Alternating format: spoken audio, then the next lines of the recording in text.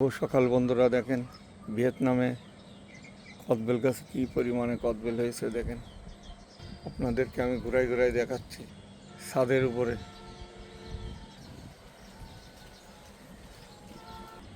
কদবেল গাছের পরিচর্যা আছে 1 ভাগ মাটি 2 ভাগ জৈব সার দিয়েই লাগানো হয়েছে এই গাছটিতে।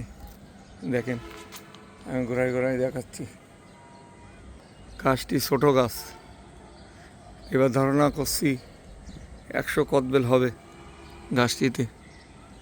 তাই আপনারা ছাদে 2-4টি গাছ লাগান, আপনাদের ভালো লাগবে।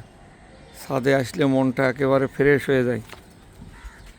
সকালের হাঁটা হলো, গাছের পরিচর্যা করাও হলো।